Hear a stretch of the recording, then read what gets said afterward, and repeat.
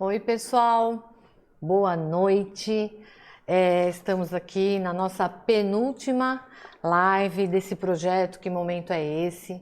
E sempre quero agradecer muito a todos que colaboraram. Amanhã vai ser o encerramento e de todos que têm assistido também.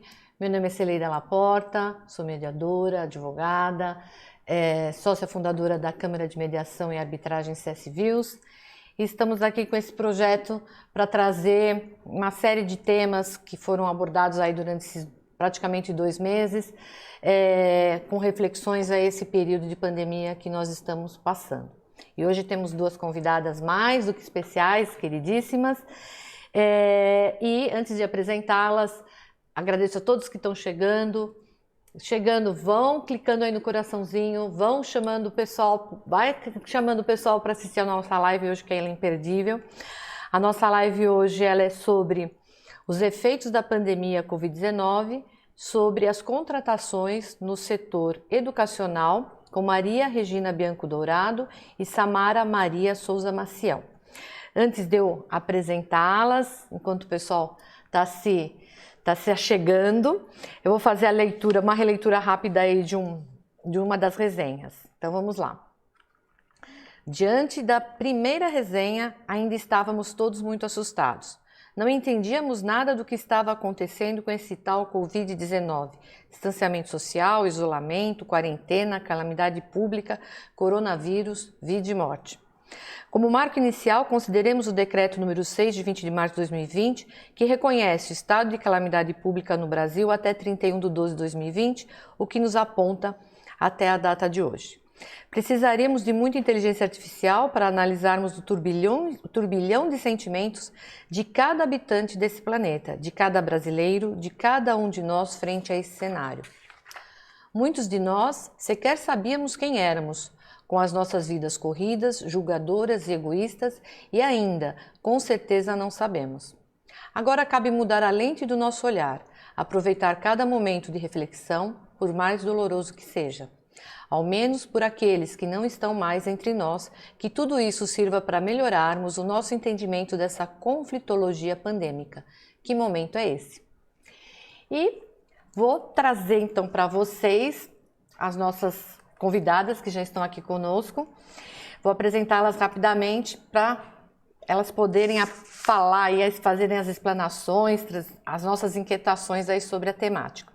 A doutora Maria Regina Bianco Dourado, que já esteve conosco na segunda-feira, é advogada, mediadora judicial nos Centros Judiciais de Solução de Conflitos e Cidadania de Santana de Parnaíba e Osasco, é mediadora extrajudicial filiada à CS Views, Câmara de Mediação e Arbitragem. É um orgulho tê-la conosco. Facilitadora de práticas restaurativas e de processos circulares em atuação junto ao Núcleo de Justiça Restaurativa de Barueri, São Paulo.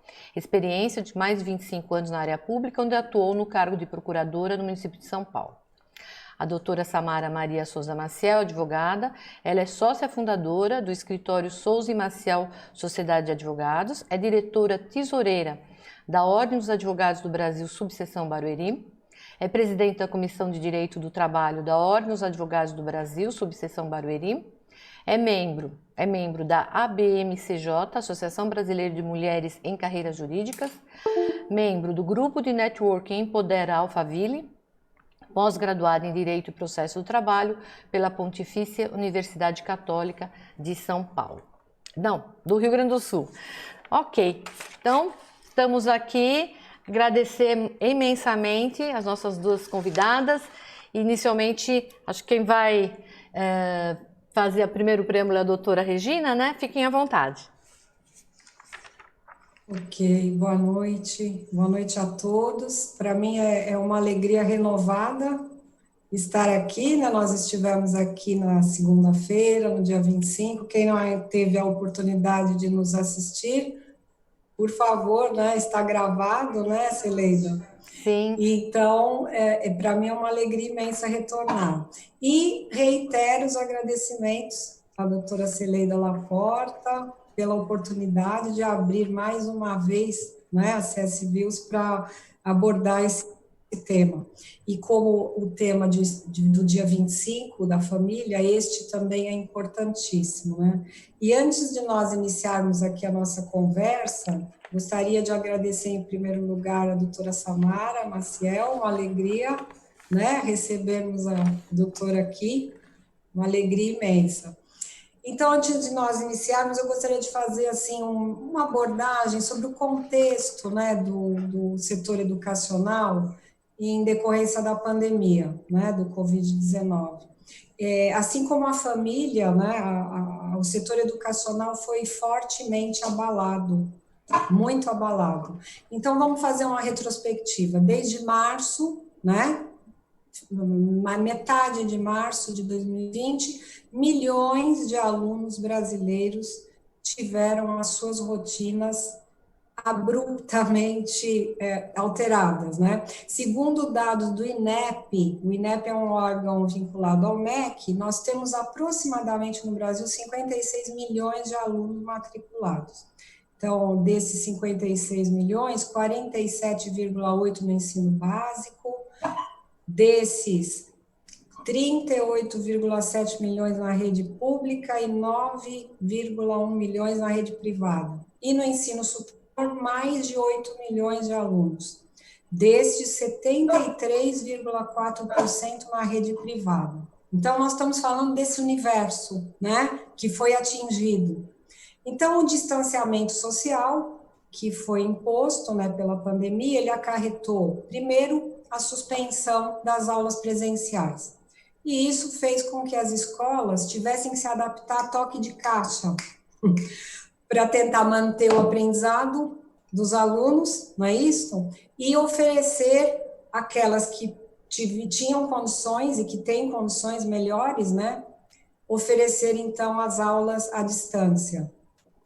A rede privada, pelo que se sabe, ela conseguiu, parece que está conseguindo oferecer melhor do que a rede pública.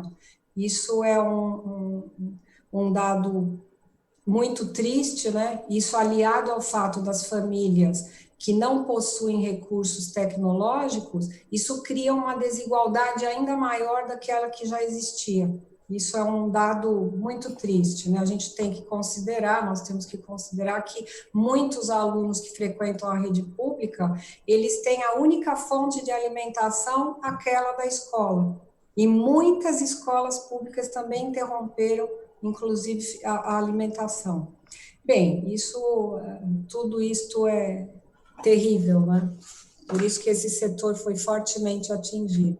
Bom, neste afã das escolas de tentar manter o aprendizado, ainda que à distância, dois desafios são encontrados. Primeiro, a familiaridade dos professores e dos alunos com o ferramental tecnológico, isso é um problema grave. Os pais dos alunos que tiveram que acompanhar, né, os filhos em idade escolar, aqueles principalmente em idade escolar, aqueles de menor idade, e isso também causou um transtorno enorme nas famílias, né? Muitos pais, como nós sabemos, estão trabalhando dentro das suas casas, né? Isso é uma dificuldade enorme. Também com o empobrecimento das famílias, o que acontece? Inadimplemento dos contratos educacionais, né? Evasão escolar, que já está havendo, principalmente nas universidades. Então, em tudo esse contexto, né? Então, inúmeras reclamações estão surgindo por parte dos pais, de alunos, dos estudantes, tudo isso, alguns pais alegam, e estudantes mesmo, alegam que querem rescindir contratos, outros alegam ter direito à revisão dos valores, das mensalidades, enfim.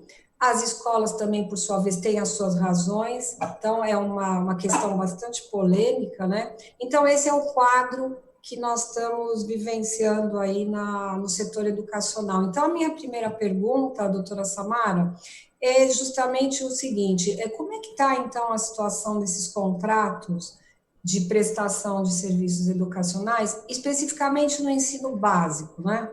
O ensino básico que abrange a educação infantil, ensino fundamental e médio.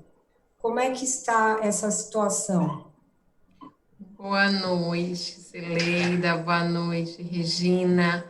Muito obrigada pelo convite. É um prazer estar com vocês, estar aqui no penúltimo dia desse movimento que foi muito importante. Que lindo o que você leu, Celeida. De fato, nós estamos Obrigada. vivendo um momento muito difícil, em que mais de 20 mil pessoas já morreram. Então, é muito triste a nossa economia, o desemprego. Muitas empresas faliram, muitas pessoas desempregadas. Então, de fato, nós estamos vivendo um caos, talvez o pior caos que o nosso país já viveu. E dentro de todo esse caos, nós temos todos esses aspectos aí que já foram mencionados, tanto na parte, a gente tem o problema da saúde, tem o problema financeiro e também tem o problema da educação. E aí nós chegamos nessa situação, porque nós temos a escola pública, que a Regina bem mencionou, que muitas crianças estão sofrendo, e alguns prefeitos tomaram o cuidado de encaminhar essa alimentação para essas crianças em suas casas. E também até disponibilizaram material escolar, alguns disponibilizaram até tablets aqui na cidade de Barueri, inclusive isso ocorreu para que as crianças tivessem um acesso à distância, uma vez que não é possível elas se encontrarem com os seus professores e tampouco irem às aulas em decorrência da suspensão das atividades. É uma situação muito difícil que nós estamos passando. As escolas particulares, elas enfrentam também essa dificuldade, porém, existe a questão do Código de Defesa do Consumidor. Então, quando houve a contratação da escola particular, muitas pessoas fizeram quando estavam numa situação econômica saudável, né, sadia, conseguiam honrar aquela situação. Quando, no dia 20 de março para cá, quando o mundo, né, virou de cabeça para baixo, a gente não sabe quando vamos nos recuperar, essas pessoas não conseguiram mais honrar os seus contratos. Entretanto, são consumidores, né? Enquanto a escola é o fornecedor. E todos esses contratos educacionais, eles são fundados no Código de Defesa do Consumidor.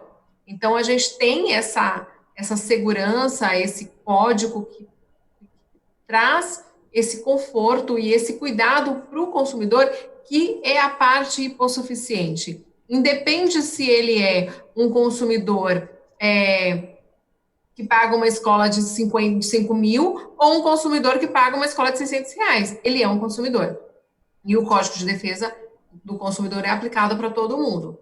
Então, quando houve a contratação da escola, geralmente esses contratos, eles já vêm com várias adesões. Então, ele coloca o valor da mensalidade, a escola vem, coloca o valor da mensalidade e já coloca os acessórios. Aula de natação, aula de alimentação, isso, aquilo. A primeira coisa que aconteceu quando começaram as reclamações, porque, infelizmente, é muito difícil a decisão de prestar de conceder o desconto partir do fornecedor. É muito difícil, geralmente o consumidor que tem que pedir. Então, começou dia 20, geralmente as pessoas pagam ali do dia 1º ao dia 10, que já tem aquele desconto. Se você pagar até o dia 1º, no dia 1º você tem um desconto de 10%.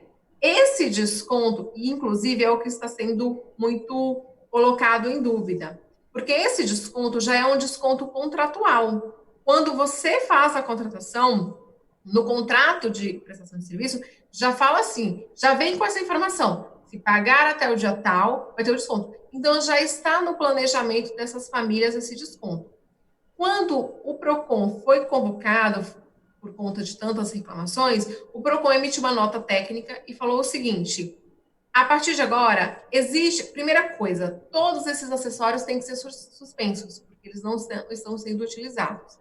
Então, esses acessórios os pais já tinham que tirar da sua conta. O segundo momento, a escola, ela tem que conceder o desconto.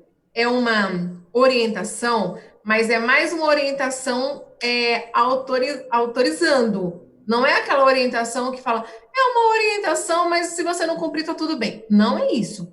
É uma orientação, é uma diretriz obrigatória. Na nota fala isso.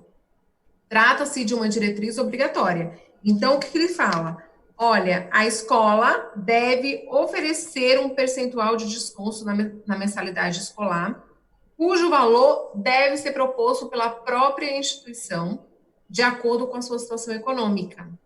E aí, o que eu recebi de questionamentos, mas a escola teve despesas para criar o pacote ali, para vender o curso, para disponibilizar o curso online. Mas veja, na medida que ela teve essa mudança, ela também teve uma redução na sua despesa. Por quê? A faxineira, certamente, ela suspendeu o contrato de trabalho, ela aplicou uma daquelas medidas provisórias decorrentes lá, 927 e 936, então ela pode suspender o contrato de trabalho desse empregado, então ela já não vai pagar nada. Se for uma escola que fatura até 4 milhões e 800 por ano, ela vai pagar nada. Se ela suspender o contrato, ela já tirou essa despesa. Ela não vai ter o porteiro, porque a escola está fechada. Então, a conta de luz e a conta de água reduziu, porque não tem ninguém na escola. Então, assim, o que eu tenho visto é que muitas escolas falam, não, mas eu continuo. Não tem como a escola, assim, teria que provar isso. Por isso o PROCON pediu. A escola ela tem que apresentar que as despesas dela, mesmo diante de tudo que aconteceu, diante da falta da, da suspensão das aulas presenciais, diante da implementação das medidas de suspensão dos contratos de trabalho, ela tem que provar que a despesa dela continua a mesma. Então, o PROCON veio e falou, a partir de agora, a escola ela tem que dar um desconto, ela tem que conceder um desconto. Quanto vai ser? Ela vai negociar com o aluno, né? E aí, ou com o pai do aluno, e aí ela precisa chegar num cálculo. E uma coisa importante que eu tomei conhecimento hoje, uma pessoa me consultou e falou, que a escola apresentou um cálculo para cumprir a ordem do PROCON. Ela apresentou um cálculo gigantesco e concedeu um desconto de R$ 18. Aí eu falei, mas R$ 18 é melhor, não considero um desconto desse. Porque, assim, nós estamos falando de uma situação que a renda dessa família caiu, porque o pai ficou desempregado, a mãe ficou desempregada. Então, tem que ser um desconto que faça uma diferença. Então, para a pessoa que precisa desse desconto e a escola não o concedeu, ela pode comunicar o PROCON e o PROCON vai notificar a escola e essa escola vai ter que apresentar para o PROCON a planilha de despesas e as receitas deste período para que ela comprove que, de fato, não tem como ela conceder nenhum desconto. Doutora Então, Samara, vou só lhe interromper para aproveitar e ler rapidamente aqui dessa diretiva do PROCON. Ela fala exatamente, né, para reforçar o pessoal, que fala: o não atendimento dessas diretrizes implicará na abertura de processo administrativo contra a instituição particular de ensino infantil fundamental ou médio, no qual o PROCON São Paulo poderá ser exigida a planilha de custos da instituição e, ao final, aplicada a multa administrativa. Então, só para reforçar toda a sua explanação. Perfeito. E aí, uma coisa importante existe aquela situação que empresa alguma quer uma fiscalização. Então, assim, não é... Eu não gostaria de falar, mas eu vou usar essa palavra de qualquer forma. Não é inteligente a escola dizer que não vai conceder o desconto, porque ela vai ter uma dor de cabeça, seja tendo que responder ao PROCON, seja respondendo a um processo judicial. Hoje eu até compartilhei com a Maria Regina duas decisões em que a faculdade, porque aí já foi inclusive ensino superior, a faculdade não aplicou a redução, não quis saber, eram aulas presenciais, eles transformaram em EAD, né, na online, a grade diminuiu, então eles não conseguiram inserir todas as matérias, mas continuaram querendo cobrar 100%. E aí a aluna entrou com um pedido liminar, e em duas decisões recentes, acho que foram publicadas ontem, a juíza concedeu. Em uma, concedeu 25% de desconto, e a outra 30% enquanto durar a pandemia. Ou seja, enquanto elas estiverem tendo aula online, não tem como pagar. Até porque, Cileida, a contratação foi em uma modalidade. Exato. Está havendo a mudança na contratação. Houve uma alteração no contrato. Inclusive, o próprio CDC, o artigo 6º, fala que quando isso ocorrer, o artigo 6º fala o seguinte, ele fala, ó, são direitos básicos do consumidor. Aí, inciso 6, a modificação, inciso 5, desculpa, a modificação das cláusulas contratuais que estabeleçam prestações desproporcionais ou a sua revisão em razão de fatos supervenientes que as tornem excessivamente onerosas. Neste caso, este é o caso específico que se aplica a esse item, porque houve um fato superveniente e a prestação ficou onerosa, porque além da escola não estar entregando o produto, né, o curso como foi originalmente contratado, também a parte hipossuficiente consumidor teve certamente uma redução na sua capacidade econômica. Então a gente tem essa nota técnica do Procon, mas para as empresas que não estão utilizando, adotando essa diretriz, utiliza-se o judiciário, utiliza-se uma câmara arbitral, né? Pode procurar uma câmara arbitral e tentar fazer uma notificação extrajudicial para conseguir resolver mais rápido. Então, temos essas maneiras, mas não é só dizer você tem o contrato faz lei entre as partes e você vai ser obrigado a cumprir. Infelizmente, neste caso, não é assim. Ok. Realmente é uma situação bastante complexa, né, Cileida? Eu acho que deixa eu ver se está voltando aí a conexão da doutora Samara. E o que é importante também a gente ressaltar, né, Regina, que nós estávamos conversando antes, que essa diretriz do PROCON, por analogia, ela está sendo aplicada também para as universidades. Superior, para as universidades. Sim. Então, só para esclarecer a todos, ela foi publicada dia 7 de maio, né, doutora Samara? 7 de maio. 7 de maio, isso mesmo. Então, doutora Samara, agora gostaríamos de abordar aqui como é que está a situação dos contratos de prestação de serviços educacionais do ensino superior. Mas antes, eu queria dar aqui alguns dados para as pessoas que também são bastante preocupantes. O Sindicato das Instituições de Ensino Superior Privado divulgou recentemente, né, um dado muito importante, a taxa de inadimplência nas faculdades privadas no mês de abril deste ano atingiu a marca de 26,3% dos alunos matriculados, contra 15% do mesmo mês de 2019. A taxa de evasão em 2019, que foi de 33,1%, eles estão estimando para este ano a mesma coisa numa previsão otimista, digamos assim, né? E então, em vista desse quadro, o que nós podemos falar sobre isso, doutora Samara? Inclusive, e até pedir para abordar também a questão do FIES, né, que é uma questão extremamente complicada, embora, né, se refira aí às universidades públicas, né, mas o índice de inadimplência também está altíssimo e foi divulgado recentemente, né, pelo MEC, a suspensão temporária, né, de algumas parcelas e também a lei, né, uma lei federal que saiu recentemente. Quanto ao inadimplemento, infelizmente, isso está acontecendo em todas as contratações, porque, principalmente porque está acontecendo a recusa do desconto.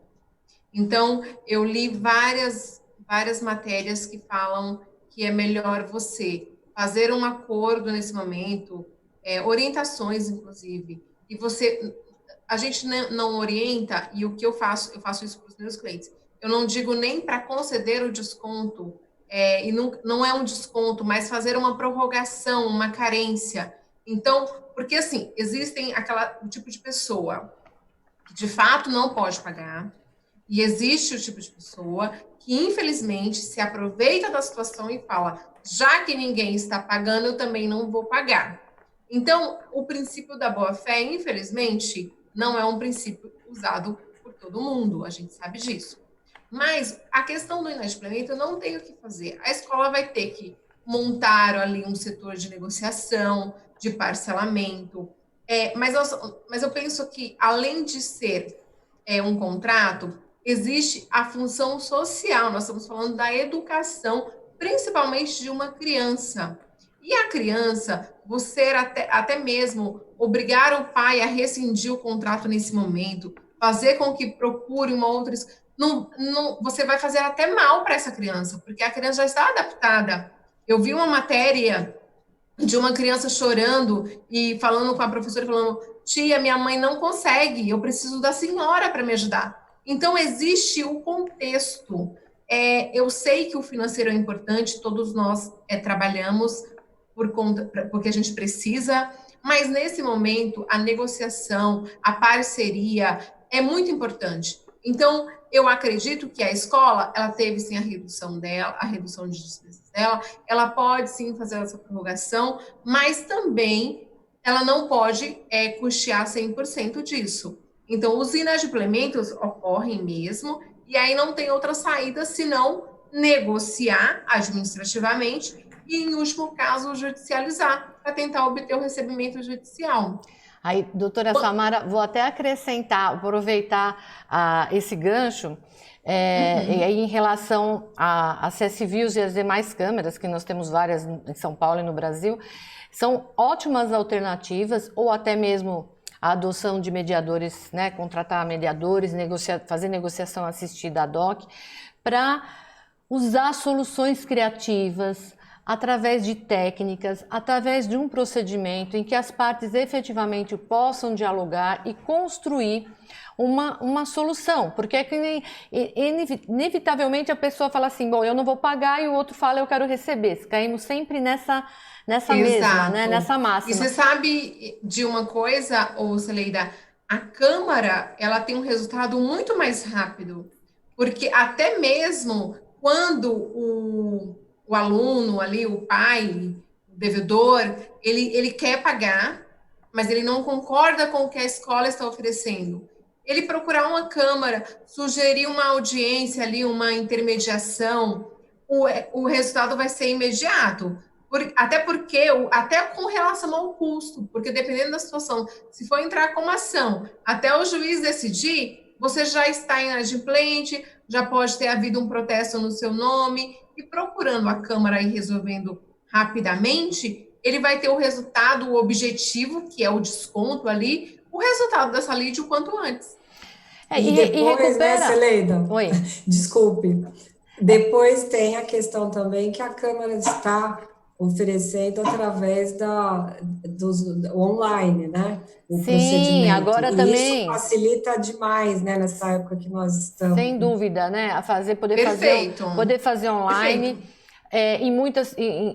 Ainda que diante de um modelo pré-processual ou extrajudicial ainda não judicializado, para a mediação não há a necessidade de advogados, nós sempre sugerimos que as partes tragam os seus advogados quando assim acharem necessário, para cada vez mais a gente ter um resultado que dê a solução e segurança jurídica. Eu quero aproveitar, doutora Samara, antes de vocês continuarem, que entrou uma pergunta aqui da primeira parte aí da sua pauta, da Cris Sabino, nossa conhecida, né, Regina, nossa conhecida, Sim. Mediadora, excelente mediadora também.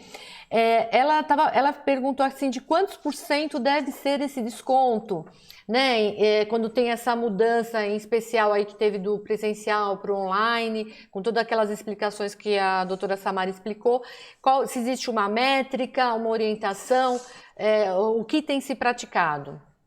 Qual o nome dela, por favor? A Cris Sabino. Cris, obrigada pela pergunta. Cris, não tem um percentual, não houve essa determinação, até porque depende muito do valor da mensalidade, do serviço que está sendo entregue, do que foi reduzido, do que não foi, de como que está sendo feito. Então, o que nós temos como orientação, e na verdade uma orientação obrigatória diretiva, é que haja o desconto e que a escola ela chegue e consiga negociar com o aluno e falar, olha, eu consigo te conceder 20% de desconto porque por conta dessas razões eu tenho isso, isso e isso. Então, não existe um número. Esse modelo de redução das escolas, ele está se assemelhando ao pagamento da pensão alimentícia. Tem aquela regra de 30%, e todo mundo fala, a lei fala que é 30%, e a lei nunca disse que é 30%. É um Na verdade, parâmetro, né? existe uma prática que virou lei, mas não é uma regra. É aquela questão, necessidade, possibilidade, que pode ser adotado nesse modelo de negociação. Então, hoje, a necessidade vai ter esse binômio novamente, necessidade e possibilidade. Quanto que o aluno pode pagar, qual a necessidade dele de financeira, né? Qual a necessidade dele de desconto, e, por outro lado, quanto que a escola pode conceder de desconto, a fim de que ela também não venha a ter um problema financeiro. Porque a ideia aqui é que ambas as partes tenham um resultado amigável e que consigam perdurar com essa relação comercial. Até porque não é de que adianta você insistir em cobrar 100% e você perder 100%? Porque se você insistir em cobrar 100%, esse cliente vai rescindir com você, esse aluno vai rescindir esse contrato.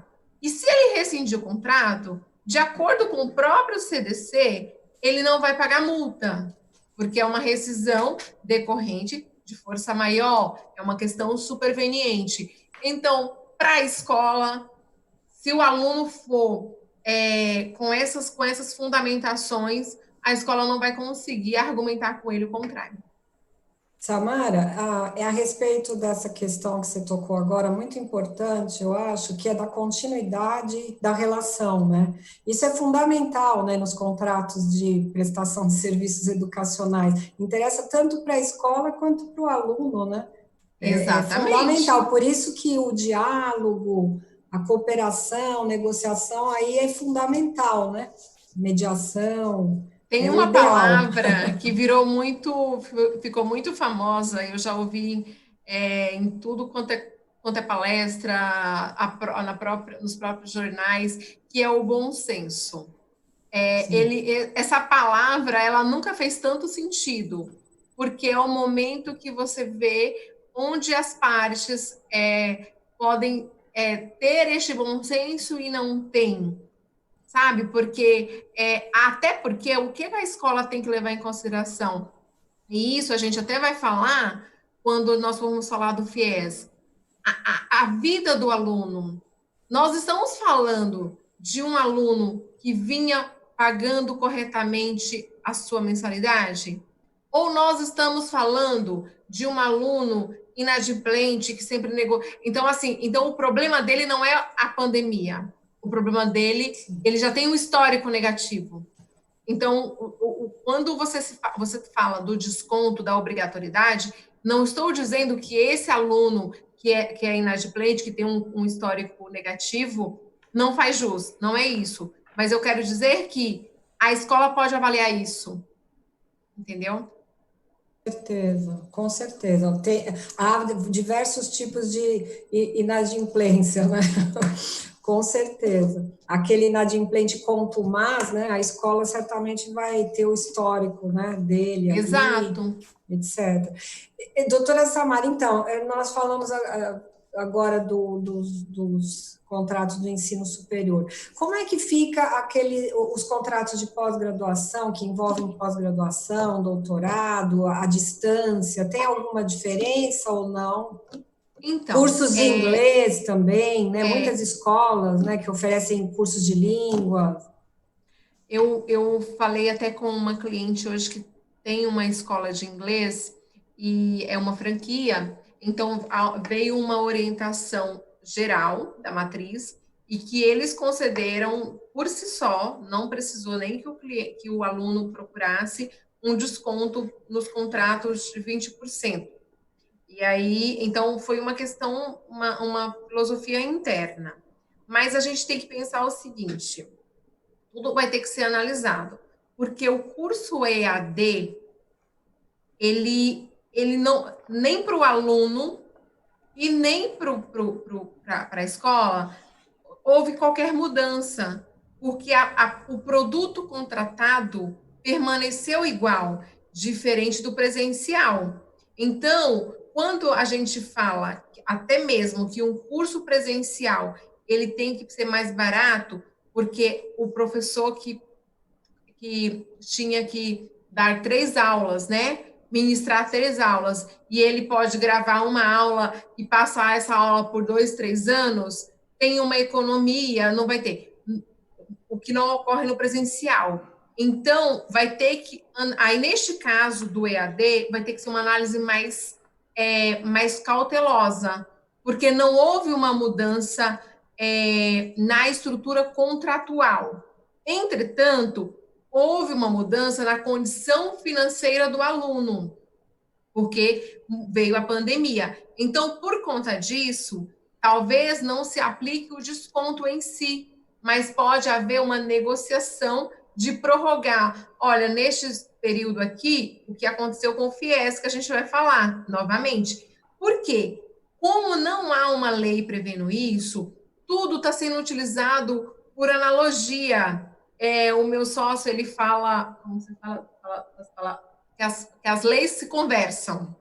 Então, quando não tem, né? Quando nós não temos uma lei para aquele caso específico, eu vou buscar em outra. Então, nós temos aqui a opção do desconto, mas não houve uma mudança na estrutura do contrato. O que foi contratado permaneceu igual. Entrega online, o aluno recebe online. Então, o que ele contratou lá no início é a mesma coisa hoje, mas a situação financeira mudou. Ele pode tentar analogicamente aplicar essa lei, e aí eu não falaria do desconto pontual, eu falaria de uma prorrogação de um desconto agora, diluindo esse desconto em parcelas futuras. Entendi. E em relação aos cursos, mesmo os presenciais, né? Eu fiquei pensando agora aqui, vamos supor, um curso de pós-graduação.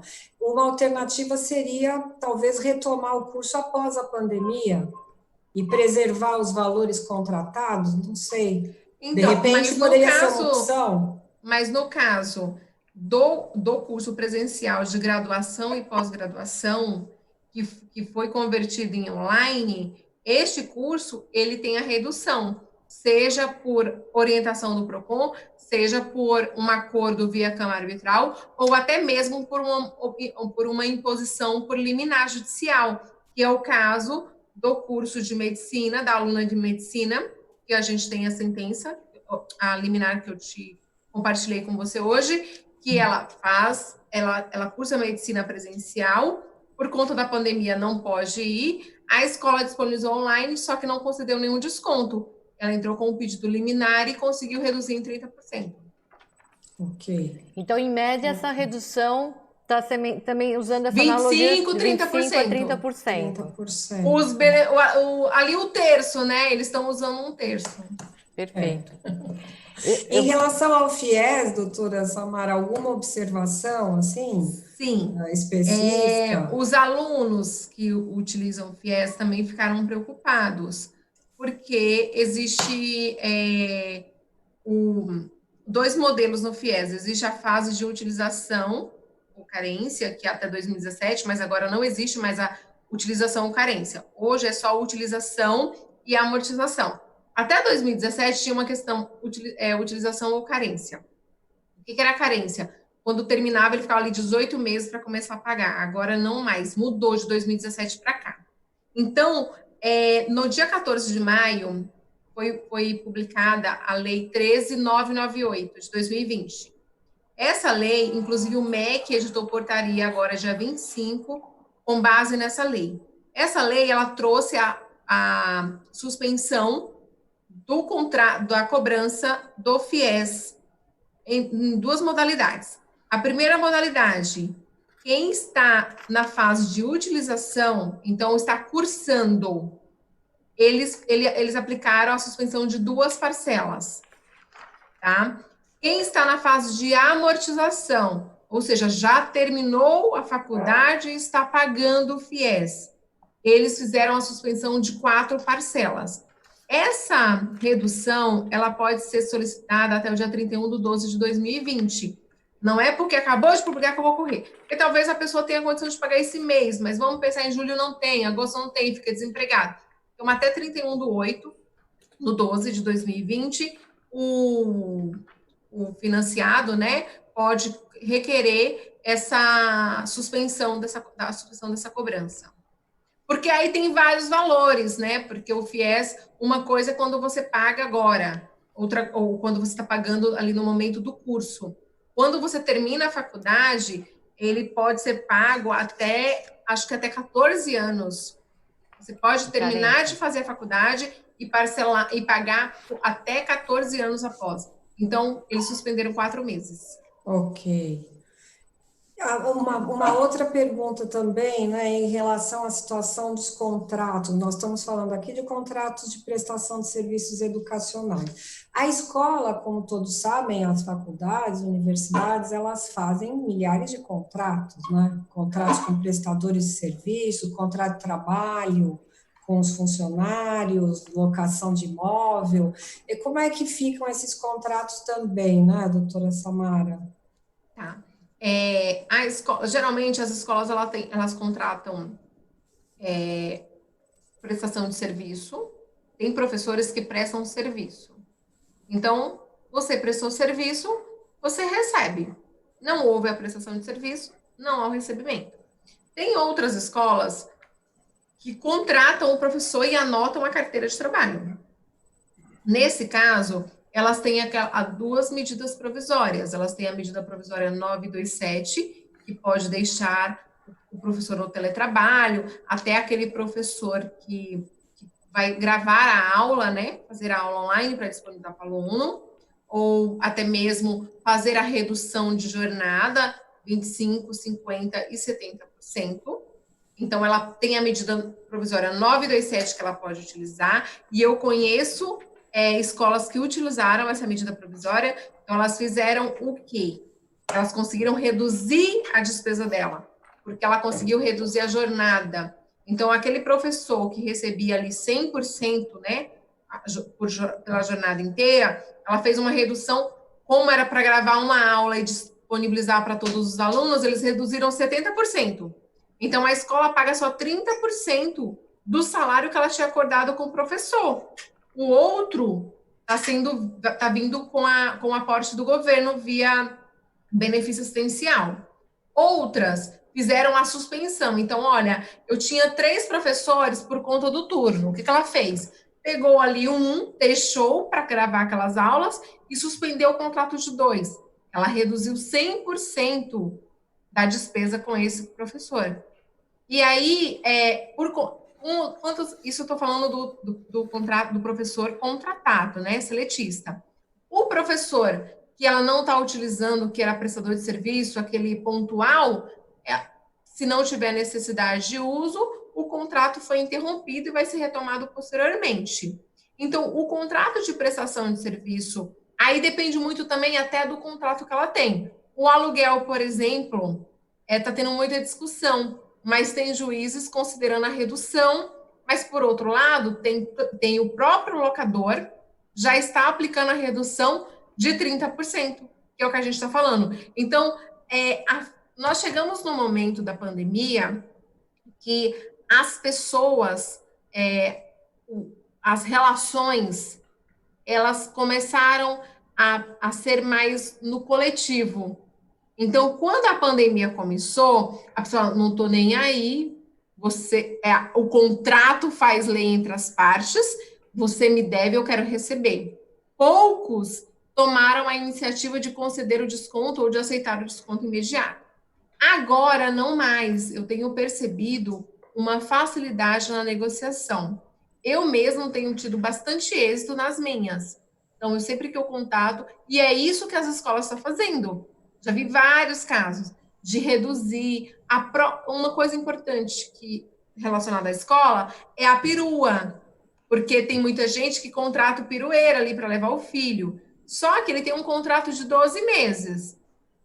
A suspensão da prestação de serviços não ocorreu por culpa do pirueiro, mas o pai também. Aí o que eles fizeram? A mesma modalidade dos contratos. Olha, vamos reduzir 50%, eu vou te pagar 50%. Você não fica com nada, sem nada, mas eu também não consigo te pagar 100%. Então o contrato fica mantido, mas ali há uma divisão igualitária da renda. Então, a palavra-chave nesta fase é a negociação, né, Celeida? Sem dúvida. Ciamara e Celeida. E a gente começa a perceber, a gente que já está aí na mediação há um tempo, né, Regina? A gente sempre traz uma das principais características, que é a autonomia de vontade das partes. E agora, de uma forma ou de outra, as pessoas já estão começando a praticar isso. Então, quando a doutora Samara traz essa informação, quando nós também estamos presenciando isso em relação a clientes, as empresas,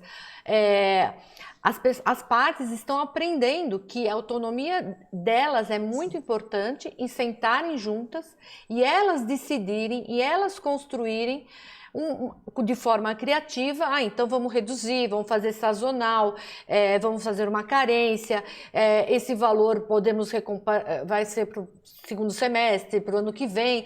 E antes as pessoas não conseguiam nem desenvolver esse modelo, essa criatividade, que a negociação, que a mediação, que que estar em acordos, ela é necessária. Por quê? Porque as pessoas tinham um problema e elas terceirizavam, como sempre a gente fala. Bom, então vou ligar lá para a doutora Samara, resolver meu problema, ajuizar uma ação e vamos embora. Então, hoje, por mais que a doutora Samara, os colegas falassem, bom, vamos tentar conversar, etc. Não, a primeira ideia é realmente, eu não quero nem saber disso, eu não vou pagar ou eu quero receber. E agora, diante dessa situação pandêmica, né, que nós vivemos, estamos sendo levados a desenvolver a autonomia da vontade para resolver nossos problemas. Acho importante contextualizar isso. Isso é fantástico, né? Isso a pandemia está trazendo, né? Um ponto Sabe de uma positivo. coisa?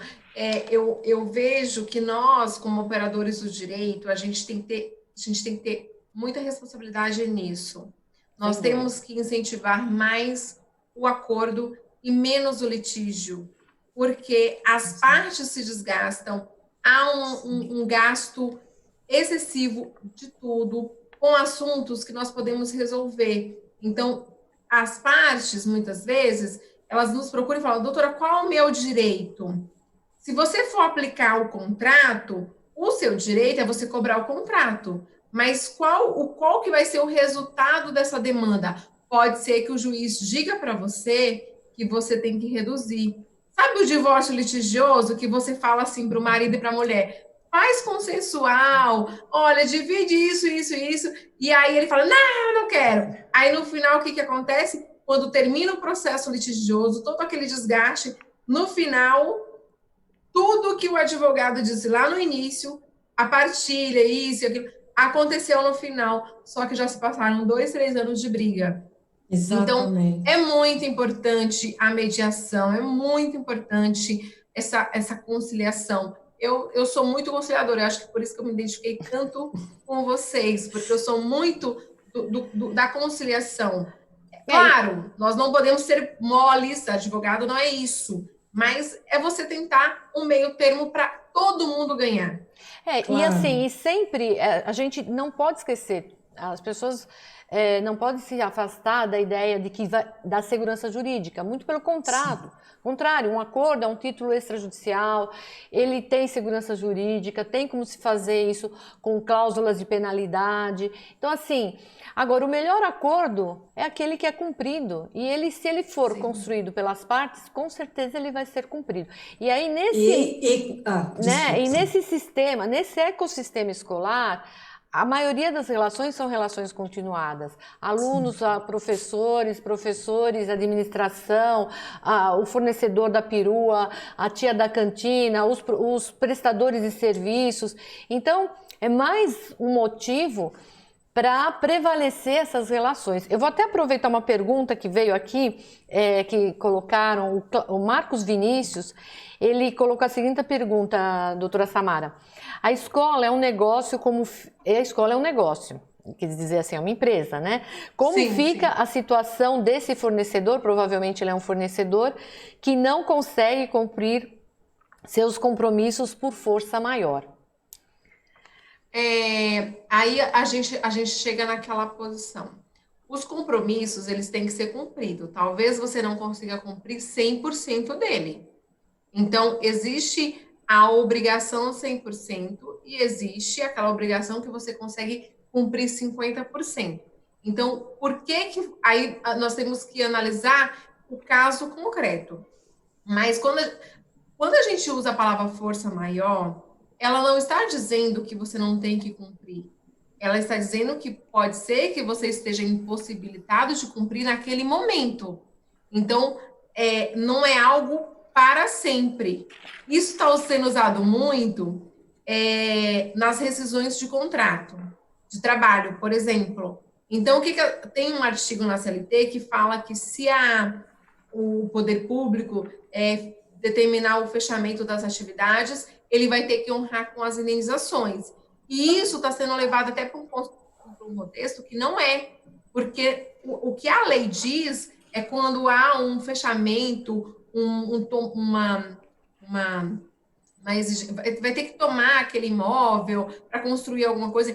O que está acontecendo hoje não é isso, não está havendo um fechamento definitivo, está havendo um interrompimento, uma interrupção, uma suspensão das atividades provisórias. Por isso que nós estamos aqui sugerindo a composição do acordo, porque tanto a escola precisa cumprir a obrigação dela, quanto o aluno também precisa cumprir a obrigação dele. Nós não estamos, inclusive, dizendo que o aluno não vai pagar a escola, porque ele tem que pagar porque ele está usando o serviço. Sem dúvida. Ok. Celeida, quantos minutos nós temos Então, isso ainda? que é alertá-las aqui. Temos 6 minutos. Nossa, e aí, então, olha, voa. Voa, e o assunto é encantador. Eu vou repetir o que eu repeti todos os dias aqui nas lives, assuntos que nós vamos depois voltar aí com os webinars. Aí eu vou até aproveitar e reforçar. A CS Views, nós fazemos também os webinars pelo YouTube, no canal da TV CS Views. Aliás, essa live vai ficar gravada lá. Então, voltamos aí todo mês com uma média de 1 ou 2 webinars, e doutora Samara e doutora Regina já estão convidadas para depois fazermos aí uma contextualização maior e até trazendo sempre casos concretos. Eu acho que a gente vai ter outras oportunidades. Eu gostaria de pedir para que vocês fizessem as considerações, porque senão o Instagram coloca a gente para fora aqui. Bom, em primeiro lugar, agradecer mais uma vez, Celeida, CS Views, pela oportunidade, agradecer a doutora Samara, Maciel, foi maravilhoso, e dizer aqui na minha conclusão, né, eu acho que nós não sabemos o que essa pandemia ainda vai acarretar de efeitos, né? Essa é uma questão da incerteza que nós estamos vivendo. E que tipos de conflitos vão surgir depois, né, pós-pandemia? Como as escolas vão ficar depois da pandemia? Então, a época é mesmo de negociação, de bom senso, de cooperação, para que as partes possam, então, construir aí as suas melhores soluções. Ninguém melhor que as próprias partes, né, auxiliadas e assessoradas pelos seus advogados sempre, né, e isso, agradecendo mais uma vez, então. Doutora Samara? Celeida, Regina, foi um prazer estar com vocês. Vocês são duas queridas. Parabéns pelo projeto. Foi muito importante, muito esclarecedor. Certamente, esse projeto de 2 meses ajudou muita gente, porque o novo assusta, então todas as pessoas acabam ficando inseguras, ouvem muitas coisas, mas ouvindo de vocês, de uma empresa tão séria, de uma câmara tão séria, certamente elas ficam mais seguras em executar. Então, eu agradeço a oportunidade de estar aqui, me coloco à disposição sempre que precisarem, e desejo muito sucesso para vocês, contem comigo no que precisar, e posso também participar aí do que vocês puderem, quiserem, estou à disposição. E para o público, eu digo o seguinte, que não há deserto que não tenha fim. Sempre que vai chegar a Terra Prometida, nós temos um deserto a passar. A minha visão desse momento que passamos é que é um momento de reflexão. Muitas coisas estão mudando, as pessoas estão mudando, as pessoas estão se conhecendo. E aqueles que conseguirem sair dessa, certamente vão triunfar. Muito obrigada. Com certeza. Eu quero agradecer, então, mais uma vez, a doutora Maria Regina Bianco Dourado, nossa querida parceira e colaboradora Celeida, aqui da não Câmara. sei se você quer mencionar a fala do presidente do Superior Tribunal de Justiça ontem. Ele enfatizou a negociação e a mediação. Eu achei fantástica a fala dele ontem, né? Sim, ele falou... Doutor Noronha. Doutor Noronha falou que o que nós mais precisamos nesse momento é negociar.